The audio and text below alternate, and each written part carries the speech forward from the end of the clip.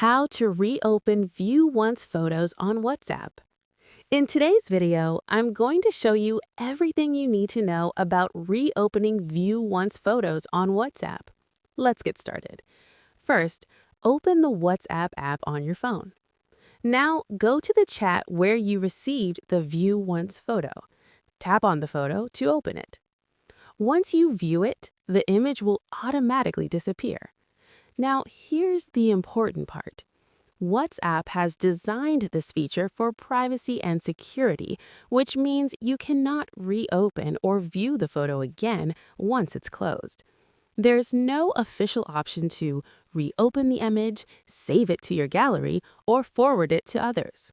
However, here are a few things to keep in mind. If you haven't opened the photo yet, you can still view it once, so be ready before opening. Some users try using screen recording or screenshots, but in most cases, WhatsApp blocks this feature for View Once media. Important note: always respect privacy. View Once photos are meant to be seen only once and not stored. And that's it. Now you know the truth about reopening View Once photos on WhatsApp. Thanks for watching, and I'll see you in the next video. Rock it!